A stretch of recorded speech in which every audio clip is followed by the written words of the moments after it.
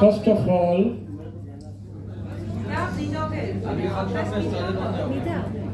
let me express my deep sense of gratitude towards Mrs. Meeta Jani and his team for having been invited me on this podium to deliver my few words on transit.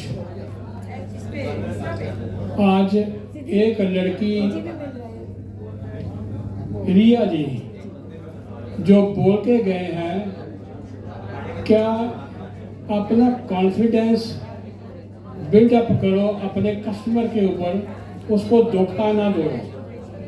तो मैं भी बड़े अफसोस के साथ कह रहा हूँ कि आजकल टीवी में, सोशल मीडिया में, इंस्टाग्राम पे, यूट्यूब पे सभी लोग, कई तरह के लोग जिनको एस्ट्रोलॉजी आती है, जिनको नहीं आती, वो यही बोल रहे हैं कि शनि अब कुंभ राशि में जाएगा तो ये हो जाएगा और वो हो जाएगा।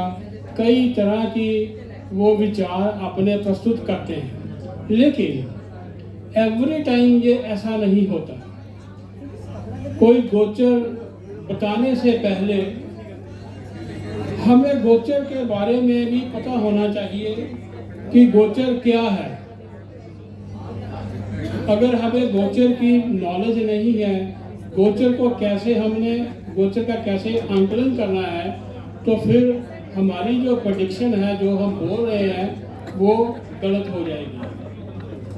और मैं ये कहना चाहता हूँ कि पहले गोचर के बारे ठीक तरह से पढ़ा जाए कि गोचर क्या है और गोचर में क्या क्या देखना है हमें। तो सबसे पहले गोचर को देखने के लिए हमें दशा का आंकलन करना बहुत ही जरूरी है। अगर दशा का मैचिंग गोचर के साथ हो रहा है तो फिर गोचर काम करेगा, अदरवाइज गोचर काम नहीं करेगा। और इसके बाद गोचर का हमने जब आंकलन करना है तो हमको मूर्ति निर्णय करना पड़ेगा कि कौन सी मूर्ति के ऊपर कोई ग्रह बैठा है, वो कौन सी मूर्ति उसकी बनी है। फिर हमें अष्टक वर्ग पर अपनी वर्किंग करनी पड़ेगी। पर्टिकुलर प्लैनेट के ऊपर हमें उसका विनष्टक वर्ग बनाना पड़ेगा। फिर उसके ऊपर जाके हमें एक वेद लगानी होगी। वेद की जो पद्धति है उसको पढ़ना पड़ेगा। जैसे आमतौर पर ऋषि पराशर ने कहा है कि गोचर को चंद्रमा से देखो। तो अगर हम चंद्रमा से तीसरे घर में शनि को देखते हैं तो हम सभी बोलना शुरू कर देते हैं कि यह बहुत ही अच्छा गोचर चलने वाला है, आपको बहुत ही इसका फायदा होगा। लेकिन एट द सेम टाइम अगर चंद्रमा से 12वें घर में कोई प्लैनेट गोचर कर रहा हो अदर देन द सन के अलावा कोई और प्लैनेट, तो वो उतने दिन के लिए, जितने दिन वो 12वें घर में रहेगा, उतने दिन के लिए जो शनि की अच्छे प्रभाव हैं, ऑस्पिशियस रिजल्ट्स हैं, वो उतने दिन के लिए रुक जाएंगे। लाइकवाइज जब चंद्रमा से 12वें घर में शनि आता है तो हम ये कहते हैं कि इसकी 7.5 शुरू हो गई, अब सीधे हो जाओ। लेकिन ऐसा नहीं है।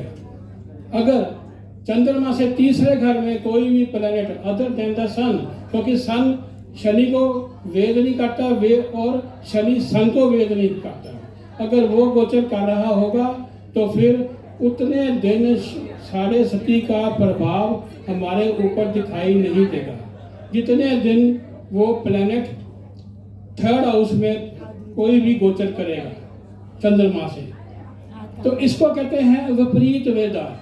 तो भाई मूर्ति निर्णय किया, अष्टक वर्ग पे ऊपर अपनी वर्किंग की, वेदा के ऊपर अपनी वर्किंग की, विपरीत वेद के ऊपर अपनी वर्किंग की, और अबव ऑल इसके ऊपर हमें फिर हर एक प्लैनेट का कोऑर्डिनेटेड ट्रांजिट का वैल्यू एक टेबल बनाना पड़ता है, जिसमें हमें उसकी कोऑर्डिनेटेड वैल्यू मिलती है, और उस कोऑर्डिनेटेड वैल्यू के आगे हम उसकी परसेंटेज निकालेंगे कि इसको कितने परसेंट कोई किसी का बुरा कर सकता है या कितने परसेंट कोई किसी का ठीक कर सकता है।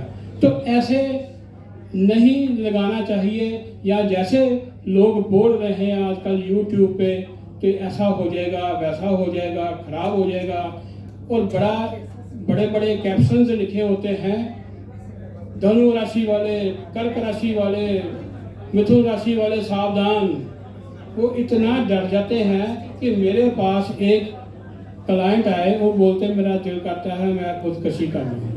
भाई डरने की क्या बात है, वो जो बोल रहा है वो तो बेवकूफ़ बोल रहा है, उसने इतना कुछ देखा ही नहीं है, उसने कुछ देखा ही नहीं है, उसने पढ़ा ही नहीं है, वो सिर्फ बोल रहा है यूट्यूब से पैसे कमाने के लिए। दूसरा, फिर अब शनि जब चलेगा, शनि का जब अब गोचर कुंभ राशि में एक्वेरियस में जब आएगा, तो हमें शनि के साथ जो नेटल का शनि है, जो रेडिकल शनि है, उसको ट्रांजिट के शनि के साथ मैच करना पड़ेगा।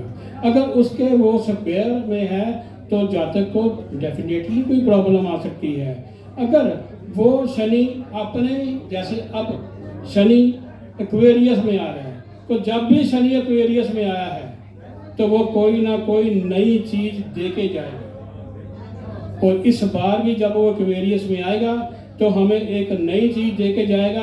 मैं यहाँ अपनी भविष्यवाणी, अपनी प्रेडिक्शन दे रहा हूँ कि शनि के इस गोचर में, एक्वेरियस के शनि जब भी आएंगे तो कैंसर के गले का, मुंह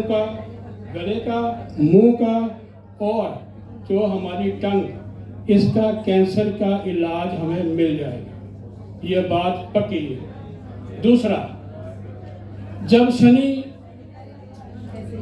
एक्वेरियस में आते हैं तो जो राजनेता होता है उसको खूब मान मर्यादा उसकी बढ़ा के जाता है। तो ये बात भी पक्की है कि मोदी को, प्राइम मिनिस्टर को आने वाले समय में नोबेल प्राइज फॉर पीस मिलने वाला है।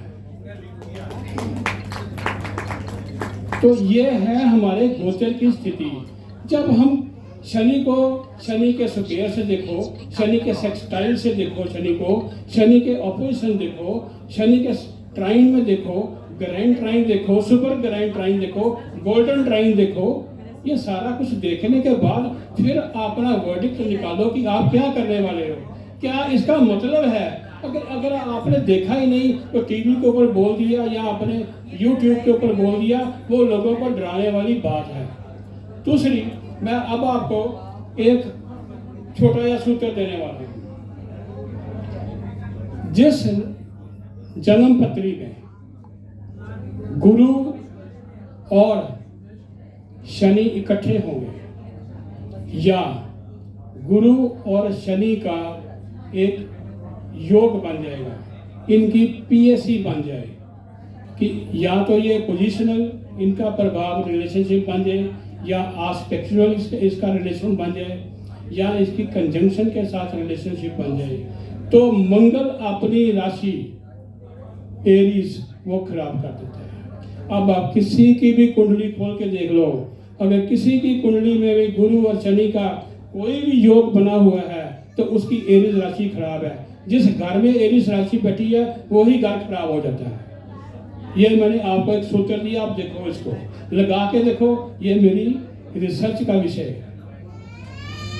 और इसी के साथ ज़्यादा समय ना लेता हुआ मैं अपनी वाणी को विराम देता हूँ।